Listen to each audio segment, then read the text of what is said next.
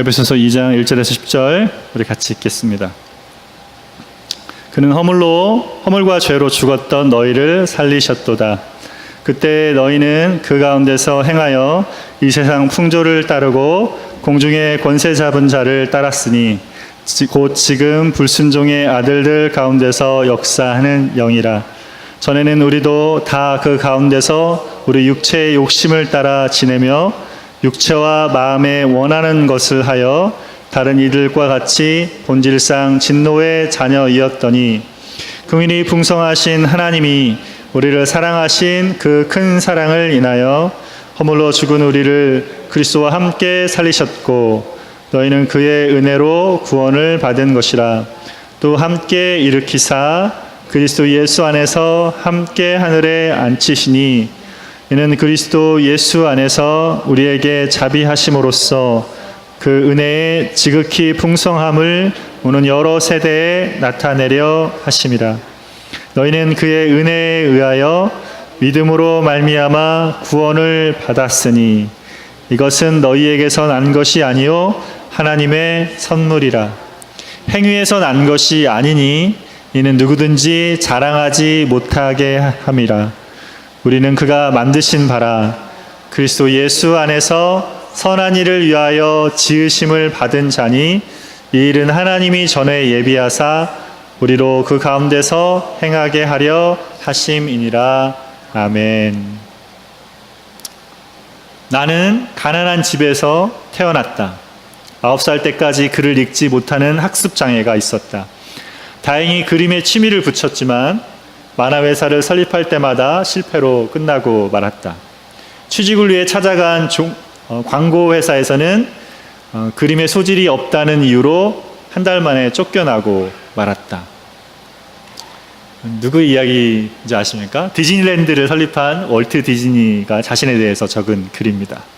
이런 어려움을 견뎌내고 디즈니는 미키마우스라는 캐릭터를 만들고 애니메이션이라는 새로운 문화 장르를 개척했습니다. 애니메이션의 세계는 월트 디즈니 이전과 이후로 나뉩니다. 그는 우리가 지금 보고 있는 애니메이션의 표준을 만들고 수준을 끌어올린 사람입니다. 우리의 삶은 어디서나 누군가 있기 이전과 이후로 또 무엇인가를 하기 이전과 이후로 나뉩니다. 학교에 들어가기 이전과 이후로, 결혼하기 이전과 이후로, 이사를 하기 이전과 이후로, 어떤 일을 시작하기 이전과 이후로 나뉩니다. 이렇게 구분되는 삶의 여정 중에서 사람에게 가장 큰 의미를 갖는 기준이 있습니다. 그것은 예수님 안에서 구원을 받기 이전과 이후로 나뉘는 것입니다. 오늘 본문은 우리의 구원 이전과 이후의 모습을 아주 잘 구분해서 이야기해 주고 있습니다. 구원받기 이전에 우리는 영적으로 죽어 있었고 사단에 사로잡혀 세상과 육체를 따라 살았습니다. 그런 우리를 하나님께서 은혜로 구원해 주셨습니다. 하나님께서는 우리를 구원하셔서 하나님의 은혜를 오고 오는 세대에 알리시고 우리를 통해 선한 일을 행하기를 원하셨습니다. 오늘은 바울이 밝혀주는 우리의 구원 이전과 이후의 삶의 모습 속에서 우리에게 알게 하시는 하나님의 은혜를 함께 나누기를 원합니다. 첫 번째로 구원 이전에 우리는 죄로 인해 죽은 자였습니다. 1장에서 바울은 하나님께서 주시는 하늘에 속한 모든 신령한 복이 무엇인지를 이야기했습니다. 그런 후에 이것을 지식으로만 아는 것이 아니라 성령님을 통해서 마음으로 깨달아 알게 하시기를 기도했습니다. 이제 2장을 시작하면서 바울은 하나님이 주시는 복 중에서 구원을 베푸시는 하나님의 은혜에 대한 이야기를 시작합니다. 이것을 위해서 바울은 먼저 구원받기 이전에 우리가 어떤 상태에 있었는지를 다루고 있습니다. 1절 말씀 우리 같이 한 번 더 읽겠습니다. 그는 허물과 죄로 죽었던 너희를 살리셨도다. 구원 이전에 우리는 죄와 허물로 죽어 있었습니다. 모든 사람은 태어난 후에 죽게 되어 있습니다. 이것을 육체적인 죽음이라고 말합니다. 여기서 죽었던이라는 것은 육체적인 죽음을 말하는 것이 아닙니다. 영적인 죽음을 말합니다. 영적인 죽음이 무엇입니까? 생명의 근원이신 하나님과의 관계가 끊어진 것을 말합니다. 본래 사람은 생명의 근원이신 하나님께 생명을 공급받아야 살 수 있는 존재입니다. 생명의 근원이신 하나님을 떠나서는 생명을 가질 수가 없습니다. 에베소서 4장 18절은 이것을 하나님의 생명에서 떠나 있다라고 말하고 있습니다. 여러분, 죽은 자, 영적으로 죽은 자. 죽은 자는 어떻습니까? 말이 없습니다. 죽은 자는 어떤 것에도 반응할 수가 없습니다. 존재하지만 그것에 대해 아무런 반응하지 못하는 그것을 못하게 되면 우리는 그것에 대해서 죽어있다라고 말합니다. 그럼 고양이는 살아있죠. 하지만 고양이는 산수를 할 수가 없습니다. 1 더하기 1이 2라는 것을 고양이는 모릅니다. 그런 의미에서 고양이는 산수에 대해서 죽어 있습니다. 영적으로 죽었다는 것은 영적으로 살아계신 하나님께 대해서 어떠한 반응도 할 수 없게 된 상태를 말합니다.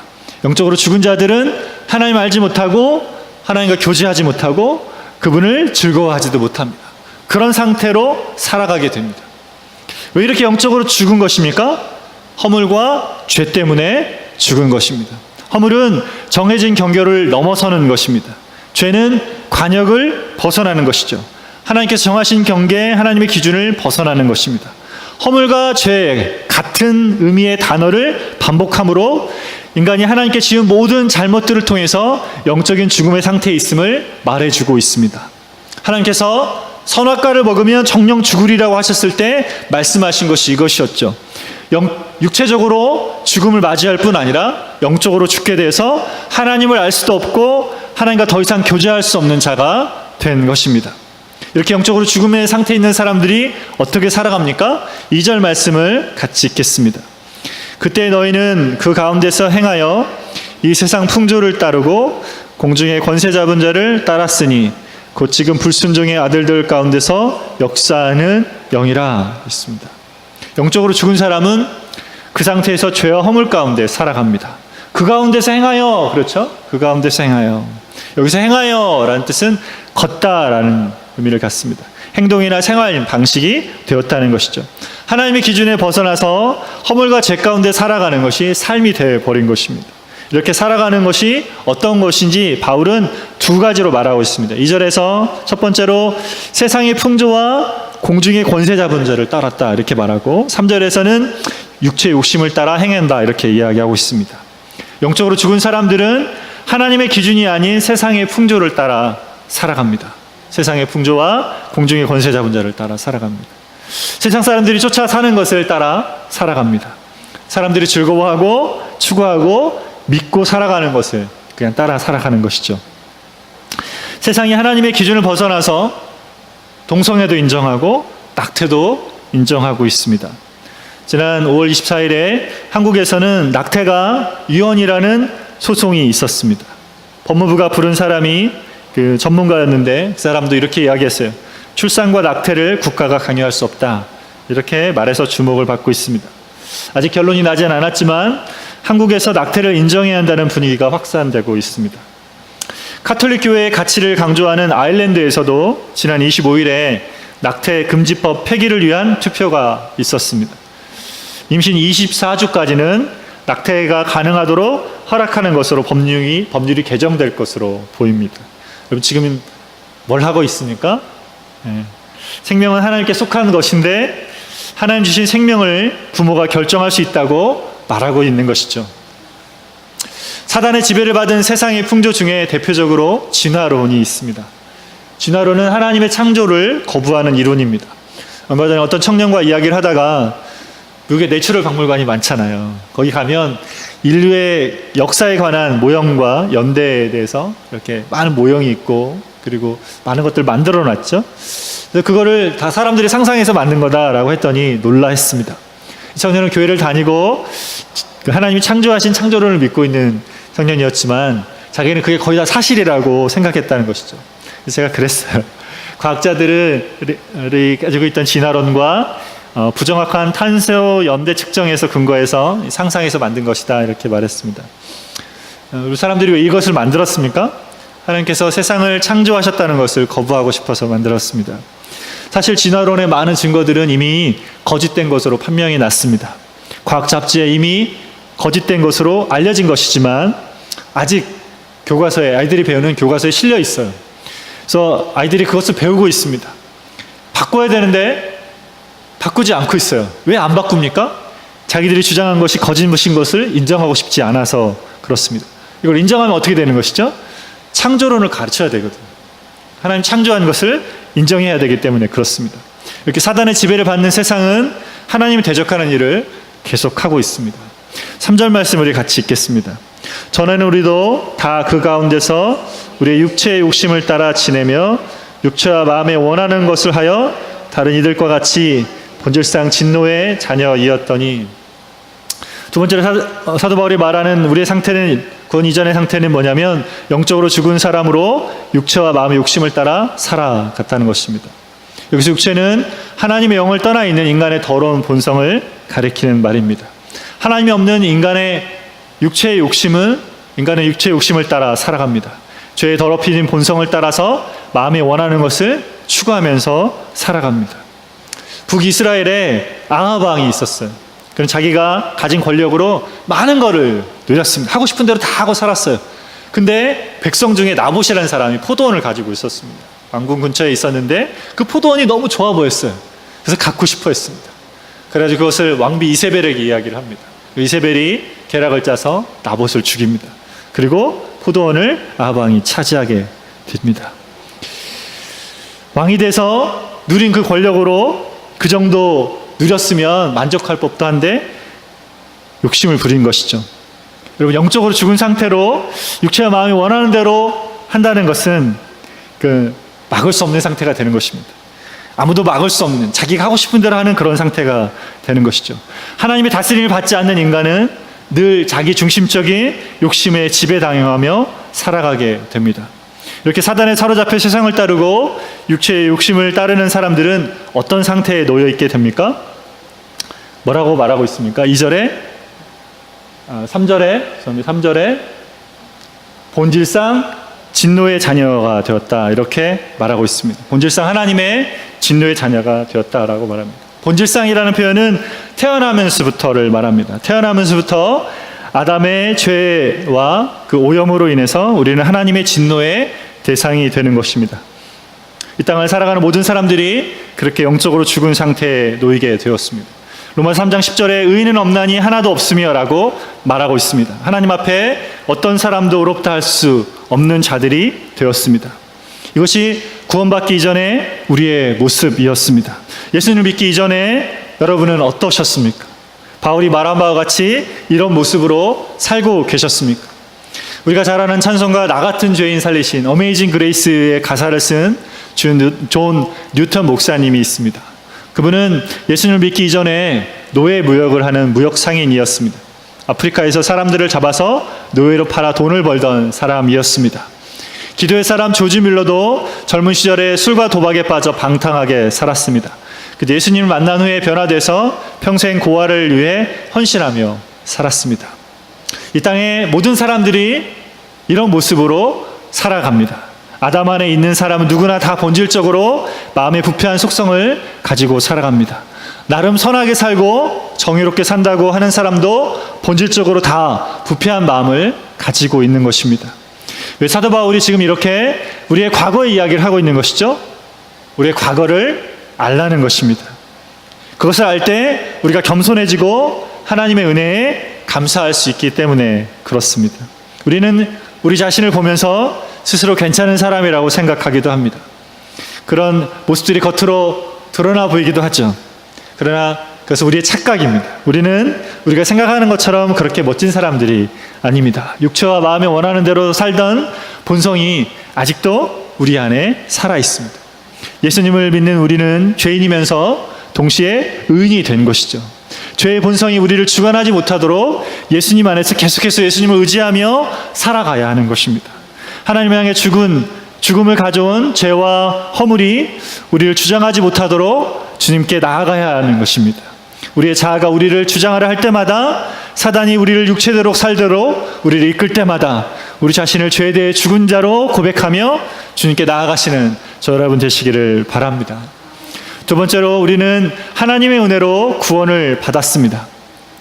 바울은 이런 비참한 상태에 있는 우리에게 하나님께서 행하신 일들을 언급합니다. 4절 말씀을 같이 읽겠습니다. 긍휼이 풍성하신 하나님이 우리를 사랑하신 그 큰 사랑을 인하여, 여기에는 없지만 원문에는 그러나 하나님은 이렇게 되어 있습니다. 비참한 가운데 있는 우리를 그냥 놔두지 않으시고, 그러나 하나님은 그런 상태에 있는 우리를 예수님 안에서 구원하셨습니다. 이렇게 구원하신 이유가 무엇입니까? 하나님께서 긍휼이 풍성하시기 때문에 그렇습니다. 긍휼이 풍성한 하나님이시기 때문에 그렇습니다. 긍휼은 불행을 당한 사람에 대하여 느끼는 동정심을 말합니다. 불쌍히 여기는 마음이죠. 하나님께서는 죄의 종이 되어 살아가는 사람들을 보시며 불쌍히 여기십니다. 자기 육체의 욕심을 벗어나지 못한 죄 가운데 살아가는 우리의 무력함을 보시며 불쌍히 여기십니다.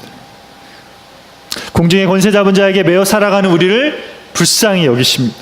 이 문제를 스스로 해결할 수 없는 비참한 상태에 있는 우리를 불쌍히 여기십니다. 마태복음 18장에 보면 용서에 대한 비유가 나옵니다. 한 종이 왕에게 일반 달란트를 비쳤습니다. 1달란트는 지금으로 하면 20년의 연봉에 해당하는 돈입니다. 여러분, 1달란트를 비쳤으니까 얼마를 빚진 것입니까? 20만 년의 연봉을 빚진 거죠. 붙잡혀온 종에게 왕이 명령합니다. 네 몸과 아내와 자녀들과 모든 소유를 다 팔아서 갚으라라고 합니다. 그래서 종이 엎드려서 절하며 이렇게 말합니다. 제게 참아주십시오. 제가 다 갚겠습니다 라고 구합니다. 기다려주면 돈을 다 갚겠다고 하는 거죠. 근데 당장 가진 것이 없는데 어떻게 갚겠습니까? 여러분, 20만 년의 연봉을 어떻게 얻겠습니까? 갚을 수 없었습니다. 그때 왕이 그의 빚을 탕감해 줍니다. 왜 그렇게 한 것입니까? 말씀에 보면 그가 갚을 수 없다는 걸 아시고 그를 불쌍히 여기는 것이죠. 하나님께서 우리가 죄의 문제를 해결할 수 없다는 걸 아시고 우리를 불쌍히 여기십니다. 그래서 우리를 죄와 사단의 매임에서 구원해 주신 것입니다. 이것을 위해서 하나님께서 구체적으로 뭘 하셨다고 이야기합니까? 5절과 6절 말씀을 같이 읽겠습니다. 허물로 죽은 우리를 그리스도와 함께 살리셨고 너희는 은혜로 구원을 받은 것이라. 또 함께 일으키사 그리스도 예수 안에서 함께 하늘에 앉히시니 있습니다. 하나님께서 우리를 그리스도와 함께 살리셨고 함께 일으키셨고 함께 앉히셨다라고 말하고 있습니다. 여러분, 우리는 매주일 예배 드리면서 사도신경에 이것을 고백합니다. 장사한 지 사흘 만에 죽은 자 가운데서 다시 살아나시고 하늘로사 전능하신 하나님 우편에 앉아 계시다가. 여러분, 우리가 이것을 고백할 때 누구에 대해서 고백하는 것입니까? 예수님께 대해서 고백하는 것이죠. 근데 바울은 지금 이것을 우리에게 일어난 일로 말하고 있습니다. 바울은 이것을 미래에 되어질 일로 말하고 있는 것이 아니라 이미 되어진 일로 말하고 있습니다. 앉히실 것이다 하지 않고 앉히셨다라고 말하고 있습니다. 하나님께서 그리스도와 함께 우리를 살리셨고 함께 일으키셨고 함께 하늘에 앉히셨습니다. 이미 되어진 것이죠. 이미 되어진 일로, 영적인 차원에서 이미 일어난 일로 이야기하고 있습니다. 로마서 6장 5절에 보면 만일 우리가 그의 죽으심을 본받아 연합한 자가 되었으면 또한 그의 부활을 본받아 연합한 자가 되리라 라고 말씀하고 있습니다. 예수님과 함께 십자가에 죽은 것을 믿음으로 우리는 예수님과 연합한 자가 되었습니다. 그래서 예수님과 연합한 자로 십자가에서 죽고 또한 죽으심에서 일으킴을 받아 그리스도와 함께 하늘에 앉은 자가 된 것입니다. 그래서 우리는 지금 하늘에 앉은 자로 어떻게 하고 있습니까? 예수님과 함께 이 땅을 다스리는 영광을 누리고 있는 것입니다. 마틴 로이드 존스 목사님은 이것을 모든 진리 가운데 최상의 진리요 하나님의 백성인 우리에게 해당되는 가장 값진 일이라고 말하고 있습니다. 이 땅을 다스리는 일, 주님과 함께 이 땅을 다스리고 있습니다. 이 땅을 사는 동안에 우리에게 영적인 싸움이 계속되고 있습니다. 그러나 우리는 장차 누리게 될 하나님 나라의 영광을 이렇게 경험하면서 살아가고 있습니다. 주님과 함께 하늘에 앉은 자로 이 땅을 다스리는 일을 감당하고 있는 것입니다. 이 놀라운 일을 어떻게 해서 우리가 누리게 된 것입니까? 8절 말씀 같이 읽겠습니다. 너희는 그의 은혜에 의하여 믿음으로 말미암아 구원을 받았으니 이것은 너희에게서 난 것이 아니요 하나님의 선물이라 했습니다. 너희는 그 은혜를 인하여 믿음으로 말미암아 구원을 받았다라고 말씀하고 있습니다. 우리의 구원의 근거는 하나님의 은혜에 있습니다. 다른 것에 있지 않습니다. 너희에게서 난 것이 아니요 라고 말하고 있죠. 우리 어떤 행위에서 되어진 것이 아닙니다. 믿음으로 말미암아 라고 했으니까 우리가 믿었기 때문에 구원받은 것이 아닙니까? 이렇게 물을 수도 있겠습니다. 예, 그렇죠. 하나님 우리의 믿음으로 우리를 구원 얻는 수단으로 삼으셨습니다. 그러나 이 믿음도 하나님께서 믿어지게 하셔서 구원을 얻게 하신 것입니다. 앞에서 말한 대로 영적으로 죽은 자는 하나님께서 하신 일에 대해서 믿음으로 반응할 수가 없습니다. 믿음도 성령께서 살려내신 사람이 갖게 되는 것입니다. 그래서 우리의 구원은 전적으로 하나님의 은혜인 것이죠. 하나님께서 값없이 주는 선물인 것입니다. 왜 하나님께서 이 은혜를 우리에게 주시는 것입니까? 7절 말씀을 다시 한 번 더 보겠습니다. 이는 그리스도 예수 안에서 우리에게 자비하심으로써 그 은혜의 지극히 풍성함을 오는 여러 세대에 나타내려 하심이라. 하나님께서 이 은혜를 주신 것은 하나님의 은혜가 얼마나 풍성한지를 오는 여러 세대에 나타내기 위한 것입니다. 하나님께서는 이 은혜의 풍성함을 교회를 통해서 보이십니다.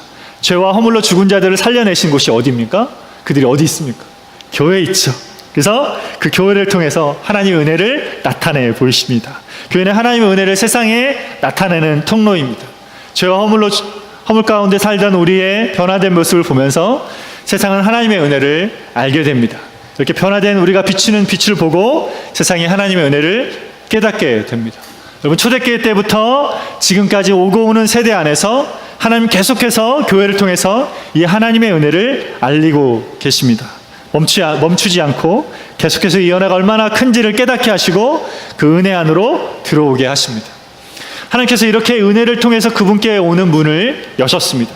그냥 죄 가운데 죽게 하지 않으시고 그분의 은혜 안으로 계속 들어오도록 문을 열어 놓으신 것입니다. 이 하나님의 은혜를 깨닫는 사람들은 하나님 앞에 머리를 숙이게 됩니다.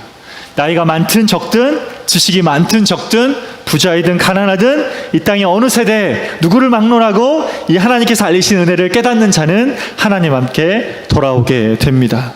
우리 9절 말씀을 같이 읽겠습니다.